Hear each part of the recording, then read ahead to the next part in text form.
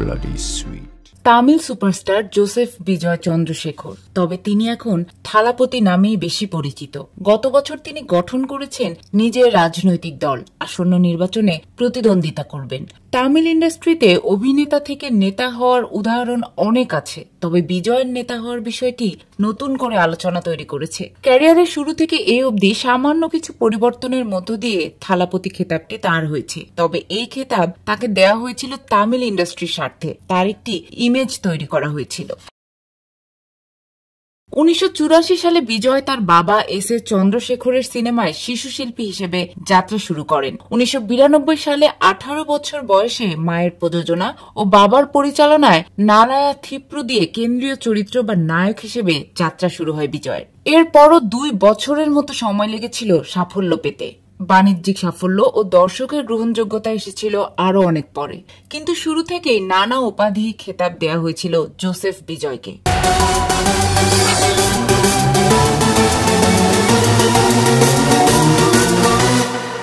1993 সালে বাবার পরিচালনায় অভিনয় করেন সেন্ধারু পান্দি সিনেমায়।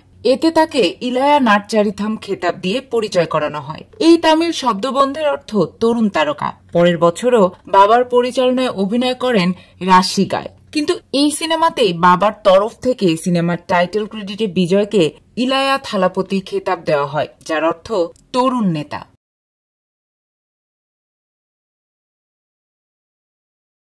প্রতিটি ইন্ডাস্ট্রি বা ক্ষেত্রই নিজের স্বার্থে কিছু কাজ করে, তামিল ইন্ডাস্ট্রিও তার ব্যতিক্রম নয়। সেখানে নায়ককে পুজো করেন সাধারণ দর্শক, তবে সেই মন্দির মূলত তৈরি করে ইন্ডাস্ট্রি।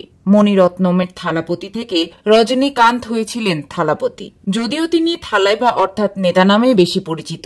কমল হাসান হয়ে ওঠেন উলাগা নায়াগান অর্থাৎ ইউনিভার্সাল হিরো বা আন্ধাভান অর্থাৎ অবতার। রসিগা থেকে থেরির আগ পর্যন্ত বিজয় ইলায়া থালাপতি ছিলেন, কিন্তু খুব সাবধানে এই খেতাব ব্যবহার করা হয়েছে।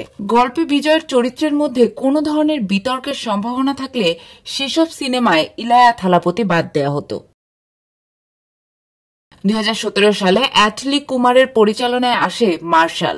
এই সিনেমার পোস্টারে ইলায়া বাদ দিয়ে কেবল থালাপতি লেখা হয় এবং বিজয়ের ভক্তরা বিষয়টি আড়ম্বরের সঙ্গে উদযাপন করেন। জোসেফ বিজয় চন্দ্রশেখর প্রায় 8 বছর ধরে থালাপতি খেতাব বহন করছেন এবং লোকেশ কনকরাজের লিও মুক্তির সময় থেকে এই খেতাব লোকের মুখে ঘুরেছে। রাজনীতির আলোচনাকে পাশে রেখে বিজয়ের ক্যারিয়ার বিশ্লেষণ করলে বোঝা যায় তাকে আসলে তৈরি করা হয়েছিল তামিল ইন্ডাস্ট্রির জন্য। ইন্ডাস্ট্রি তাকে থালাপতি বানিয়েছে। এছাড়া রাজনীতির ময়দানে তিনি কেমন নেতা হবেন তা এখনই নিশ্চিত করে বলা যাচ্ছে না।